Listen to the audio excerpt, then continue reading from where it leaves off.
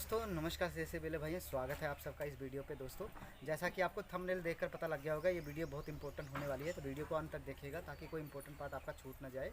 तो हम वीडियो के माध्यम से आपको जानकारी देंगे कि अगर आप एक नया बिजनेस स्टार्ट करने वाले हैं तो किन बातों को आपको ध्यान रखना होता है और किस प्रकार से आप एक सक्सेसमैन बिजनेसमैन बन सकते हैं। अगर आपने हमारे चैनल को सब्सक्राइब नहीं किया तो आप सब्सक्राइब कर लीजिए। यूट्यूब पे देख रहे हैं, अगर आप फेसबुक पे देख रहे हैं तो पेज को फॉलो कर लीजिए। ऋषि ऑनलाइन सर्विस सेंटर के नाम से हमारा फेसबुक पेज है, ऋषि हेल्पिंग ब्रांच का, जैसा कि आपको पता ही है यूट्यूब पे चैनल है। तो आगे चलते हैं दोस्तों वीडियो की तरफ। तो जैसे दोस्तों मैंने हेडिंग बनाया हुआ है न्यू बिज़नेस। अगर आप न्यू बिज़नेस स्टार्ट कर रहे हैं तो क्या बातों का ध्यान रखना होता है। देखिए, अगर आप न्यू बिज़नेस स्टार्ट कर रहे हैं सबसे पहले आपको इन 3 बातों का ध्यान रखना होता है, जिसमें पहला नंबर की हम बात करते हैं मनी की, कि मतलब आपके पास पर्याप्त पैसा होना चाहिए। पर्याप्त पैसा होना चाहिए मतलब कि अगर आप कोई बिज़नेस स्टार्ट करना चाह रहे हैं तो आप उसका पहला मार्केट से उसकी पूरी इन्फॉर्मेशन ले लीजिए, कितने बिज़नेस में कॉस्टिंग आएगी, कितना क्या है, उस प्रकार से आपके पास पैसा होना चाहिए। एक मोटा मोटा अगर हम मान के चलते हैं, अगर आप छोटा बिज़नेस भी स्टार्ट करते हैं कम से कम 2 से 3 लाख रुपए लगता है। तो अगर हम 3 लाख रुपए का मान के चलते हैं कि 3 लाख रुपए का अमाउंट आपके पास होना चाहिए। आपके पास समय होना चाहिए। समय का मतलब ये हुआ कि आपके पास टाइम होना चाहिए, एक टाइम फिक्स होना चाहिए कि आपको इतने बजे से लेकर इतने बजे तक आपका शॉप या बिज़नेस जो भी कर रहा है वो आपको करना है। जैसे मिनिमम 8 घंटे आप नौकरी करते हैं, उसी प्रकार से 8 घंटे आपको पूरी ईमानदारी के साथ अपने बिज़नेस में लगाना है। अगर आपके पास 8 घंटे हैं तभी आप बिज़नेस नया स्टार्ट कीजिएगा, नहीं तो नौकरी कर रहे हैं जो भी कर रहे हैं वो करते रहिएगा। तीसरी बात चलते हैं कि अपने जो आपका इन्वेस्टमेंट होती है, खर्चे होते हैं, अपने खर्चे पे जो है कि आपको खर्चे होते हैं, इन सब चीज़ की जानकारी होनी चाहिए कि आपका फिक्स होना चाहिए महीने का, जैसे आपको कितना खर्चा आता है वो चीज़ होना चाहिए। अगर ये तीनों चीज़ आपके पास है तो आप बिज़नेस स्टार्ट कर सकते हैं।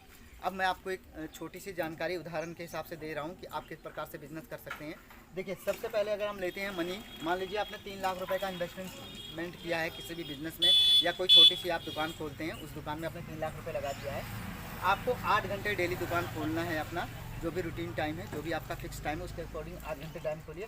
खर्चे आपके जो डेली के खर्चे या फैमिली में जो खर्चे लगते हैं, अब ये आपको कैसे निकालना है। ये जो 3 लाख रुपए आपने लगाया है इसमें से नहीं लेना, किस प्रकार से लेना है।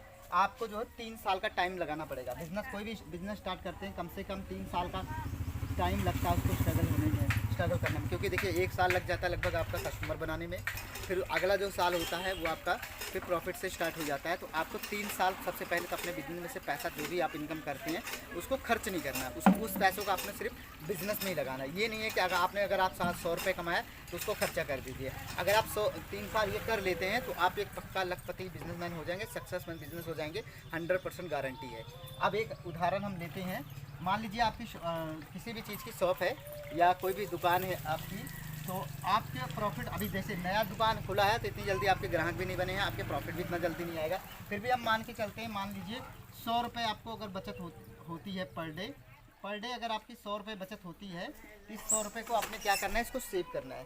सेव कैसे करना है, इसकी आप जो है एक गुल्लक ले सकते हैं मिट्टी का, या फिर आप इस पैसे को कहीं बैंक में अपना कोई एक अलग से अकाउंट खुला लीजिएगा, या जो भी आपका बचत खाता उसमें रख लीजिए, जिसमें आपको यूज़ नहीं करना है। ये पैसा आपको 100 रुपये करके तो आपको बचाना है। कितने दिन बचाना है, 3 साल बचाना है। आप 100 रुपये अगर आप बचाते हैं, महीने का अगर हम जोड़ते हैं, 30 दिन का ही मान के चलते हैं, 30 दिन के हिसाब से आपका जो है 3000 रुपये हो जाएगा। 3000 रुपये की आपकी बचत हो जा रही है। अब ये 3000 रुपये को अगर हम 12 से मल्टीप्लाई करते हैं, एक साल में गुना 12 मंथ करते हैं, तो लगभग 36,000 रुपये हो जा रहा है। 36,000 रुपये आपका ये सेव हो गया पूरे साल में। इसी प्रकार से अगर आप 3 साल बचत करते हैं तो अगले नेक्स्ट 3 ईयर तक भी आपका पैसा बचता रहेगा। तो आपका लगभग मान के चलिए 3 त्रिक का 9, 90,000 ये हो गया, 6 त्रिक 18,